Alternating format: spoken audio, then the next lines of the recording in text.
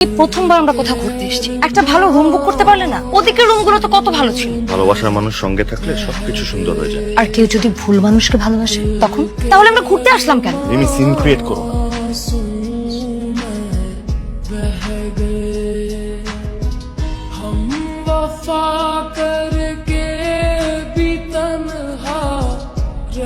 তোমার এই ড্রেসটাই পরে আসতে হলো, মানুষ দেখছে।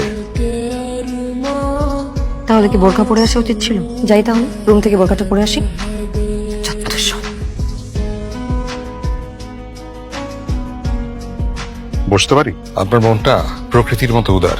মানে এই যে বয়ফ্রেন্ডের কোনো কামাই নেই, দুবেলা ঝগড়া করছেন, হতাশায় ভুগছেন, অথচ তারপরও তার সাথেই আছেন। বয়ফ্রেন্ড না, হাজব্যান্ড। আপনাকে দেখে মনেই হয় না আপনি বিবাহিত।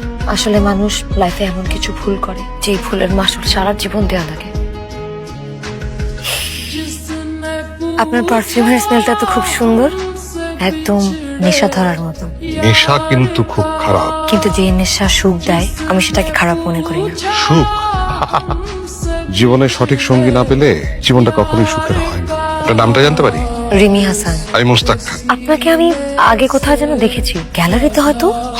ওই টুকটাক আঁকি আর কি।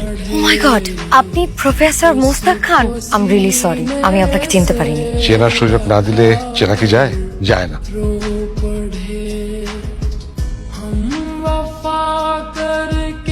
ঘুমিয়ে পড়েছিলেন? না, এখনো ঘুমাই। আর শুনুন, আপনি প্লিজ আমাকে আপনি করে বলবেন না। আপনার মুখে আপনি শুনতে আমার খুব লজ্জা লাগে। আর কিসে কিসে লজ্জা শুনি? শুনে কি করবেন? লজ্জা ভেঙে দেব। সব লজ্জাকে একেবারেই ভেঙে দেবেন নাকি আস্তে আস্তে? জমিয়ে রেখে লাভ কি? লজ্জা ভেঙে দিলে কিন্তু আমি খুব ডেঞ্জারাস মানুষ হয়ে যাব।